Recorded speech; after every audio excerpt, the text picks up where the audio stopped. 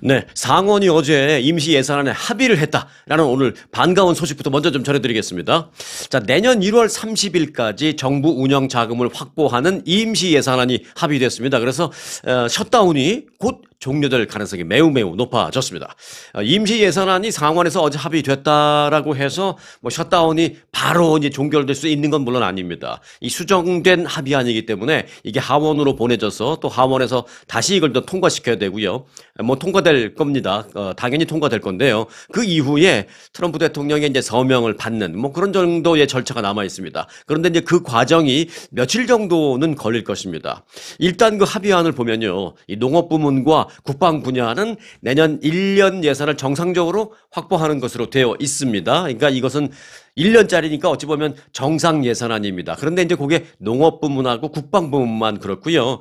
그 외에 다른 부분에 대해서는 내년 1월 30일까지 한시적인 임시적인 그런 예산안입니다. 그 단기 예산안이라고 하기도 하고 뭐 임시 예산안이라고 하기도 하는데 내년 1월 30일까지니까 이제 뭐 2달 조금 넘는 그런 단기적인 예산안이죠. 농업과 국방을 제외하고는. 그래서 이제 임시 예산안이다 이렇게 얘기하는 것입니다. 그래서 내년 1월 31일 전에 제대로 된 예산안을 다시 통과시켜야 됩니다. 그런데 일단 임시 예산안이 합의가 되면 셧다운은 끝낼 수 있으니까. 그래서 중요한 겁니다.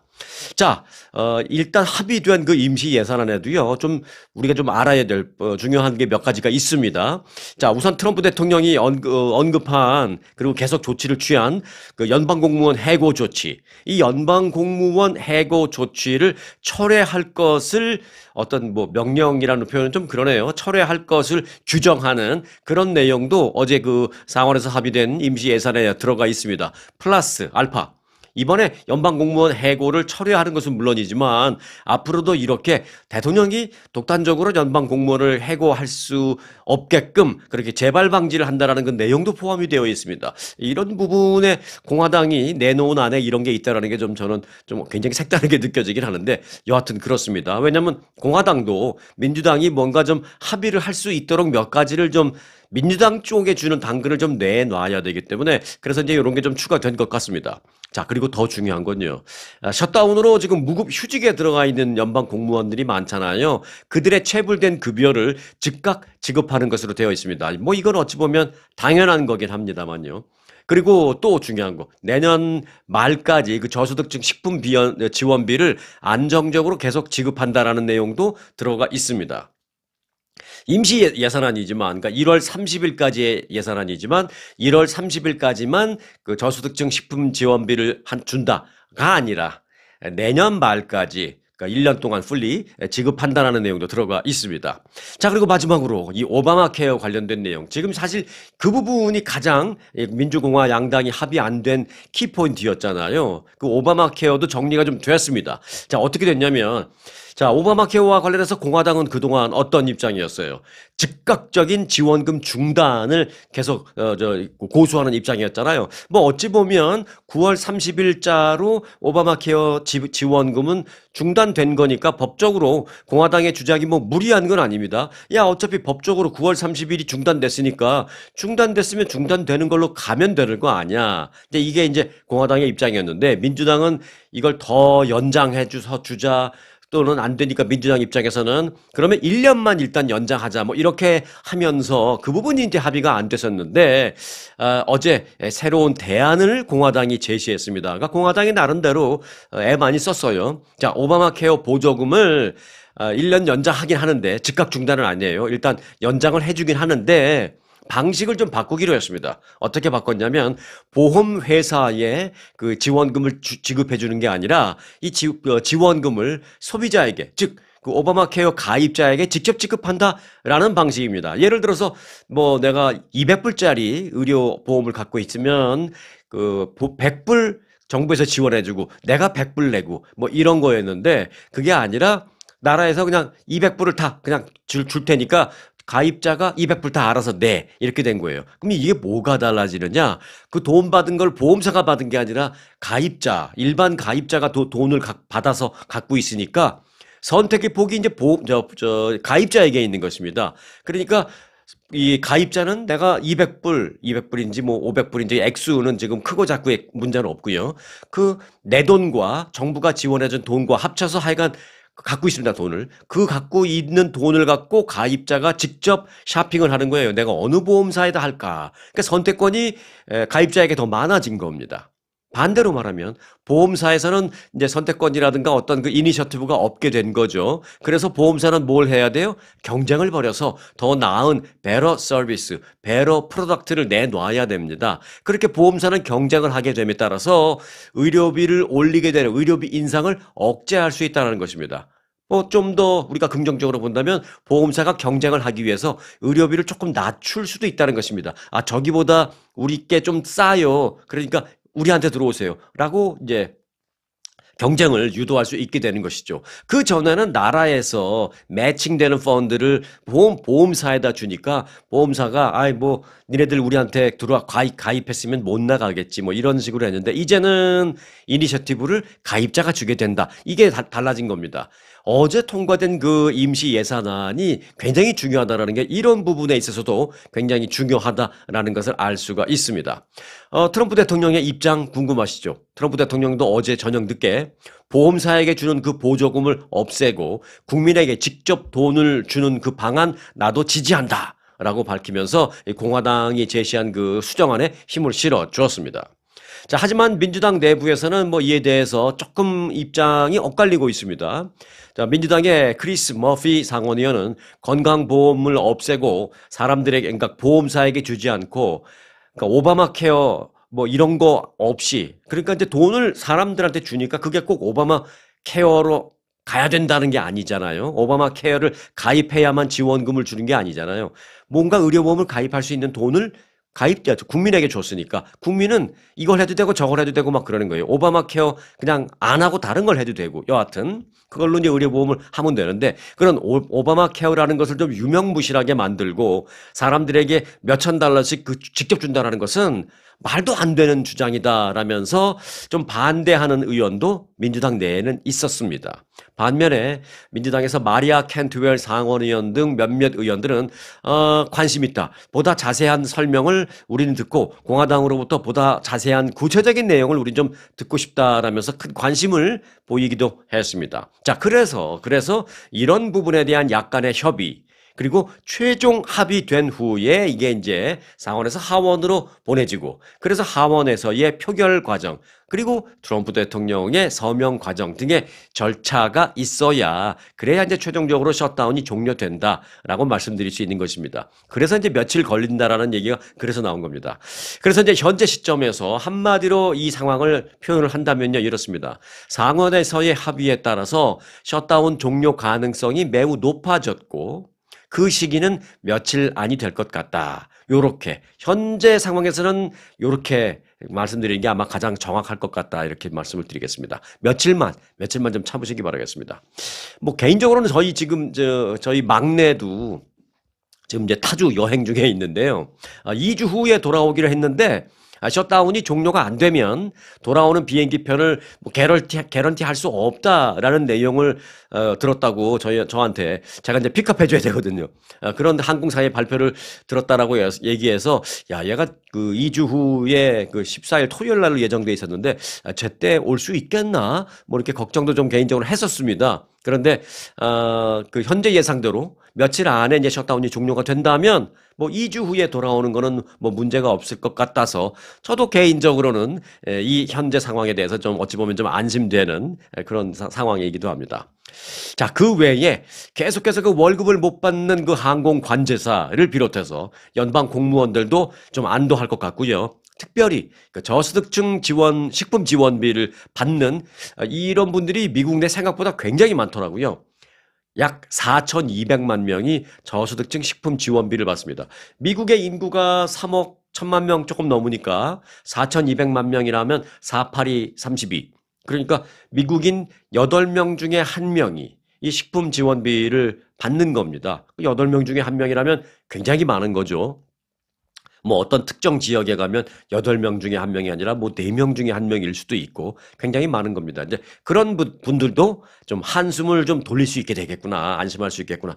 뭐 그런 생각도 매우 다행이다라는 생각을 하게 됩니다. 자, 이 소식을 전해드리려고요. 어제 저녁 늦게까지 제가 영상을 만들지 못하고 계속 팔로우하고 늦게까지 일찌감치 좀 올려놓고 좀 쉴 수 있으면 일요일 저녁을 좀 쉴 수 있으면 좋겠는데 그러지 못하고 어제 일요일 저녁이었는데도 불구하고 그 C스팬이라고 있어요. 저 연방 의회의 회의장을 24시간 생중계해 주는 게 있습니다. 계속 그 영상을 만들지 못하고 그 연방 의회 회의장 생중계만 계속 보다가 늦게서야 어제 저녁 늦게서야 이제 힘들게 그 내용을 좀 업데이트해서 추스려서 이제 다 만들게 됐다. 그래서 좀 어제 저녁 늦게 영상을 올리게 됐다라는 개인적인 영상 만드는 과정 말씀도 좀 드리겠습니다.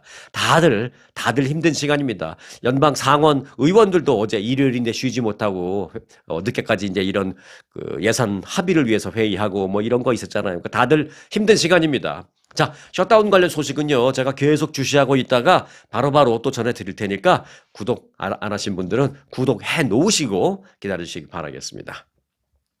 자, 카리브 해가 지금 불안합니다. 이러다가는 뭐 진짜 전쟁 나는 거 아닌가? 라는 그런 우려가 고조되는 그런 상황입니다. 트럼프 대통령이 베네수엘라의 니콜라스 마두로 대통령을 정조준하면서 그 2만 명에 가까운 미군 병력과 항공모함을 베네수엘라 인근에 시켰습니다. 이게 일주일 전만 해도요, 한 10,000명 정도였는데 지금 며칠 만에 2만 명으로 거기에 가 있는, 집결되고 있는 미군의 숫자가 2배로 더블업 되고 말았습니다. 초기에는 트럼프 대통령이 뭐 단순한 엄포를 하는 거에 가깝다라는 그런 평가가 많았습니다만은 이제는 트럼프 대통령의 어떤 결단만 남았다라는 그런 관측이 나오면서 상황이 굉장히 엄중해졌다라는 분석입니다. 그래서 불안감이 더 고조되고 있는 겁니다. 로이터 통신은 최근 미국 전력의 카리브해 집결 상황을 보도를 하면서 이 지역의 팽팽한 군사적인 긴장감이 지금 주말 동안에 최고조에 달하고 있다. 이렇게 보도했습니다. 보도에 따르면 미국 해군 최신의 항모인 제럴드 포드 항공모함, 제럴드 포드 항공모함과 이 항모전단이라는 것은 뭐예요? 항공모함 한 대가 아니라 그런 항공모함과 플러스 그 항공모함을 호위하는 그런 여러 큰 배들이 최소한 5대, 6대, 그걸 이제 전단이라고 하잖아요. 그러니까 뭐 부대가 예를 들어서 대대 하나만 가면 그냥 대대지만 대대가 3개, 4개가 뭉치면 연대가 되고 또 연대가 한 3개 정도 되면 사단이 되고 그렇잖아요. 그런 식으로 항모가 한 대가 아니라 대여섯 대, 전단이 지금 거의 가 있다는 거예요. 항모 전단. 지난주 이탈리아 반도 인근 아드리해를 떠나서 이 항모 전단이 지금 카리브해에 도착해 있습니다. 베네수엘라 국민들 보면 굉장히 좀 불안할 거예요. 자기 나라 주변 해역에 미국 항공모함이 어마어마하게 지금 쫙 에워싸고 있으니까 그 국민들은 굉장히 불안할 겁니다. 아마 제일 불안한 건 베네수엘라의 마두로 대통령일 겁니다. 자, 제럴드 포드 항공모함은 대서양을 거쳐서 어제 작전구역인 카리브해에 도착을 했습니다. 아마 늦어도 오늘 아침엔 다 도착했을 겁니다. 육군, 공군, 해병대, 이 항공전력의 경우에는 B-1B와 B-52 폭격기도 가 있고요. 특수전 항공기, 또 스텔스 전투기, 또 무인 공격기 등으로 무장한 10,000명의 병력은 이미 베네수엘라 인근 해역에 일주일 전에 집결해 있었습니다. 자, 그런데 지난 주말 동안에 항공모함 최고 5개가 접근을 했습니다. 그래서 이제 항공 전단이 가 있다고 그러는 거예요. 그렇게 되면 10,000명 정도이던 병력이 그 사이에 20,000명 병력으로 급격하게 늘어나게 된 겁니다. 미국의 이런 군사 행보를 놓고 베네수엘라의 마두로 대통령을 겨냥한 트럼프 대통령의 작전이 이제는 초읽기에 들어간 것이다라는 관측이 나오고 있습니다. 트럼프의 결단만 남았다. 뭐 이런 얘기죠. 트럼프 대통령은 그 지역에서 미국으로 그 불법 약물이 계속 유입되고 있기 때문에 그들 카리텔을 뿌리 뽑아야 된다. 그래서 우리는 이렇게 한다라고 이제 압박을 하고 있습니다. 근데 또 하지만 일각에서는 또 다른 그 분석도 있어요. 일각에서는 그런 불법 약물 유입을 명분으로 내세워서 남미 지역에서 그 반미 좌파 바람을 사실상 주도하고 있는 베네수엘라의 마두로 정권을 아예 축출시켜버리기 위한 그런 목적이 아니냐. 그래서 그러는 게 아니냐라는 그런 뭐 분석을 하는 경우도 있습니다. 군사적뿐만 아니라 정치적 여러 가지. 여하튼 지금 그 분위기가 그렇다라는 말씀을 드립니다. 이러다가는 진짜 이 베네수엘라를 침공하는 타격하는 뭐 진짜 전쟁 나는 거 아니냐 이런 상황이 좀 매우 불안합니다. 연방정부 셧다운이 조만간 종료될 것 같다라고 해서 아마 오늘은 주식이 조금 올라갈 것 같은데 제 상황 오늘은 예상은 그렇습니다. 그런데 만일 베네수엘라에서 이런 식으로 해서 군사 충돌 뭐 소위 말하는 전쟁이 발생한다. 그러면 또 주식도 한번 크게 크래시 될 겁니다. 그러니까 주식의 여러 가지 면에서도 좀 걱정되고 있고, 뿐만이 아니라 또 물가 인상도 오를 수 있고, 가솔린도 올라갈 수 있고, 여러 가지 걱정되는 거 많기 때문에 그 지역에서 전쟁까지는 발생하지 않고 사태가 좀 해결됐으면 좋겠다라는 생각을 갖게 됩니다. 자, 트럼프 대통령이 어제 미국인 1인당 $2,000씩 준다라는 얘기를 또 한 번 했습니다. 이게 한 2주 전에 한 번 했던 얘기죠. 자, 트럼프 대통령은 어제 자신의 SNS에 기업들이 미국으로 지금 많이 들고 있는데, 그러니까 해외에 많은 기업들이 미국으로 많이 몰려들고 있는데, 이것은 오로지 우리가 관세를 부과하고 있는 그 관세 정책 때문이다. 이렇게 얘기를 했습니다. 그런데 연방 대법원은 왜 이런 상황을 제대로 판별하지 못하고 있느냐라면서 대법원을 좀 비난하는 그런 SNS 글을 올렸습니다. 트럼프 대통령은 이보다 앞서 올린 또 다른 게시글에서는 관세에 반대하는 사람들은 바보다, 멍청이다라면서 미국의 기록적인 투자가 지금 이루어지면서 공장들이 곳곳에 틀어서고 있다. 그렇기 때문에 이게 다 관세의 영향이다라고 말하면서 관세 때문에 미국이 돈을 많이 벌고 있고 또 많이 벌었다 라면서 고소득층을 제외한 모든 미국인들에게, 미국 국민들에게 최소 $2,000의 배당금이 지급될 것이다 라고 또 한 번 어제 SNS에 그런 글을 올렸습니다. 그러면서 현재 401k는 역대 최고 수준이다. 우리는 수조 달러를 벌고 있고 곧 37조 달러라는 엄청난 부채를 이제는 갚기 시작할 것이다 라면서 미국에 이처럼 기록적인 투자가 이루어지면서 공장들이 곳곳에 들어서고 있다. 그렇기 때문에 고소득층을 제외한 전 미국 국민에게 1인당 $2,000씩을 줄 수 있게 되는 것이다.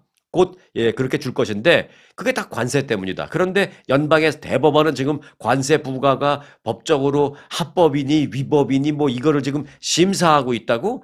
연방 대법원은 만일 그렇다고 해서 만일 관세 정책을 위법으로 판단한다면 이것처럼 멍청한 짓은 없다라면서 지금 그 얘기를 했습니다. 그러니까 연방 대법원이 지금 이걸 심사하고 있잖아요. 트럼프 대통령이 대통령의 직권으로 관세를 부과하는 것. 관세는 사실 일종의 세금이기 때문에 의회에서 그 합의가 있지 않고 대통령이 할 수 있는 게 아니다라는 이제 일종에서 그런 법을 들이대는 측면도 있고, 트럼프 대통령은 지금 비상경제이기 때문에 한다 뭐 이런 얘기가 하고 있는데, 지금은 그래서 누구 말이 맞는지, 이 트럼프 대통령의 대통령 직권의 관세 부과가 합법한 것인지를 연방 대법원에서 지금 심사하기 시작했습니다. 지난주부터. 그러니까 지금 계속 심사 중입니다. 만일 여기서 만약에 위법이다라고 판단되면 이게 걷어들였던 관세, 세금을 다시 돌려줘야 하는, 환급해줘야 하는 엄청난 혼란도 발생할 수 있습니다. 그래서 여러 가지로 이제 걱정되는 부분도 있는데, 트럼프 대통령이 이제 그런 지금 작금의 상황에서 국민들의 여론을 좀 끌어모으기 위해서 관세 때문에 돈을 우리가 많이 벌어서 1인당 2,000불씩 줄 거야 라면서 지금 여론을 좀 끌어들이는 그런 그 작전을 취하고 있는 것이 아니냐, 이런 분석도 지금 나오고 있습니다. 그런데 뭐 여론 유도를 위한 발언이 아니고 진짜 좀 줬으면 좋겠습니다. 왜냐하면 실제로 요즘 물가가 너무 많이 올라서요. 진짜 1인당 2,000불 정도는 줘야 되는 거 아닌가? 라는 그런 생각이 저도 들긴 합니다. 여론용이 아니라 실제로 1인당 2,000불씩 줬으면 좋겠습니다. 만일 1인당 2,000불씩 준다라는 그 뉴스가 바로 트럼프 대통령으로부터 나오면 또 제가 바로 빠르게 보도해 드릴 테니까 구독 잊지 마시고 함께 해주시기 바라겠습니다. 자, 집에 플라스틱 병물을 사실 집안에 없는 분도 없으시죠? 여러 가지 이유로 있죠. 여행 갈 때 쓰려고 해놓기도 하고, 또는 외출할 때, 차 타고 이제 어디 갈 때 급하니까 플라스틱 병물 하나 갖고 나가기도 하고, 또 어떤 분들은 이제 좀 비상용으로 좀 이렇게 큰 한 팩씩 갖다 놓는 경우도 이제 있는데, 어떤 이유로든 집안에 플라스틱 병물이 한 병도 없는 분들 아마 거의 없으실 겁니다. 그런데요, 평소에 이런 생각 혹시 안 해보셨나요? 자, 이 플라스틱 병물이 있는데 이게 뚜껑 한 번도 딴 적 없는 거예요. 그러니까 사용을 한 번도 안 하고 뚜껑 한 번도 딴 적 없이 계속 보관만 했는데 유통기한은 살짝 지났어요. 이럴 때 이거 마셔도 되나? 라는 생각 해보신 적 없나요? 네, 정답을 말씀드리겠습니다. 그런 병물 절대 마시면 안 됩니다. 네, 자, 소비기한이 지난, 유통기한이 지난 이 페트병, 이 플라스틱 병물을 마시면 미세 플라스틱 노출로 인한 암, 심혈관 질환, 뭐 생식기 문제, 위험 등등이 높아진다는 분석이 나왔습니다. 물 자체가 상하는 건 아닙니다. 하지만 시간이 많이 지나면서 그 시간 동안 이 플라스틱 용기가 알게 모르게 그 안쪽에서 눈에 보이지 않게 분해돼서 미세 플라스틱이 물에 많이 섞여져 있을 가능성이 높기 때문입니다. 이 플라스틱 병 그 생수의 그 권장 소비 기간은 18개월에서 2년 정도입니다. 그러니까 1년 반에서 맥스 한 2년 정도입니다. 그 이상 지난 플라스틱 병물 먹으면 안 됩니다. 물 품질이 아닌 플라스틱 병의 그 품질, 플라스틱의 품질 때문입니다. 전문가들에 따르면 플라스틱 병 생수 생산 단계에서부터 미세 플라스틱이 물 속에 섞일 수 있으며 또 시간이 지날수록 플라스틱 용기 내부에서 그 분해가 눈에 보이지 않지만 알게 모르게 되면서 그 미세 플라스틱 입자수가 크게 늘어난답니다. 시간이 지나면 지날수록. 그 미세 플라스틱이라는 것은 약 2 마이크로미터 크기의 극미세, 뭐 눈에는 당연히 보이지도 않죠. 현미경으로 봐야 겨우 보일 만한 그런 것이기 때문에 이 눈에 보이지 않는 것도 문제입니다만은 그래서 체내의 유입도 흡수도 빨리 됩니다. 그거 더 문제죠. 최근의 연구에서도 폐조직, 태반, 모유, 혈액 등에서 이 미세 플라스틱이 검출되는 등 인체 축적 가능성이 확인이 되었습니다. 네, 최근에 그 캐나다에서 발표된 연구 결과에 따르면요, 정기적으로 플라스틱 병 물을 마시는 사람은 그렇지 않은 사람보다도, 그러니까 거의 뭐 1년 내내 병물 안 마시는 그런 사람보다도 정기적으로 자주 마시는 사람은 연간 최대 약 90만 개의 더 많은 미세 플라스틱에 노출된다라는 그 결과가 있습니다. 연구팀은 생수병을 통해서 흡입된 이 미세 플라스틱은 장 내에 미생물 불균형을 일으켜서, 그러니까 장 내에 유익균, 그다음에 유해균 있잖아요. 몸에 좋은 유익균. 그 유익균이 있어야 유해균을 죽이잖아요. 그래서 장이 튼튼해지잖아요. 그래서 유익균이 얼만큼 있어야 되고 이런 어떤 밸런스가 필요한데 그 미생물의 불균형을 일으켜서 체내에 광범위한 영향을 미칠 수 있다라면서 일부 암 위험 증가뿐만이 아니라 뭐 ADHD, 뭐 자폐증 위험 증가 이런 거, 그리고 정자수 감소 등과도 연관이 크게 있다라고 했습니다. 플라스틱 병, 우리가 뭐 깨끗하게 위생적으로 먹는다고 그 플라스틱 병물을 마시는 경우도 있는데 이게 만든 지 오래된 거는 오히려 그렇지 않다라는 것이죠. 오히려 건강에 해롭다라는 것이죠. 한편 이 플라스틱 병물, 이거 이제 마지막으로 제가 전해드립니다. 보관하는 방법도 우리가 조금 알아놔야 되겠습니다. 일단 유통기한 지난 건 먹으면 안 되지만 유통기한이 지나기 전에 이제 먹을 수 있을 때까지 보관하는 것도 우리가 좀 알아놔야 합니다. 자, 햇빛이 드는 고온의 장소에 병을 방치하는 건 가장 나쁩니다. 이건 뭐 다 아실 거예요. 그러면 이제 용기를 만드는 소재인 그 폴리에틸렌이 빛에 노출되면서 눈에는 보이지 않지만 빠르게 플라스틱이 분해돼서 물이 오염됩니다. 절대 햇빛 이건 뭐 당연히 안 되고요. 또한 어떤 화학물질 옆에 이렇게 보관하는 것도 좋지 않다라고 합니다. 그 화학물질에서 나오는 그 독성 냄새가 플라스틱 병 안으로 스며 들어갈 수 있기 때문입니다. 그렇기 때문에 절대 서늘한 그늘에 보관하고 그 주변에 어떤 화학물질 같은 게 없어야 되고 그런 곳에 깨끗한 환경에서 보관을 해야 되고 요것도 1년 6개월 맥스 2년이라고 하지만 저는 그저 한 그렇게 봅니다. 1년 6개월 정도 그 이상 지난 것은 그냥 버리시는 게 낫겠다. 뭐 화분에 물을 주거나 이런 정도로 쓰는 게 낫겠다. 그렇게 꼭 말씀을 드리겠습니다. 자, 오늘도 건강 팁을 좀 드렸습니다. 자, 오늘 하루도 건강하고 편안한 하루 되시길 바라면서 오늘 영상 마치겠습니다. 아주 특별한, 아주 즐거운, 아주 기분이 좋은, 아주 편안한, 아주 행복한, 아주 추억의 남을. 같은 코스 같은 일정이라도 추억은 차이가 납니다. 고객 만족도 1등 아주 투어. 내 인생 최고의 순간 1등 여행 아주 좋은 아주 투어. 아주 좋은 213-388-40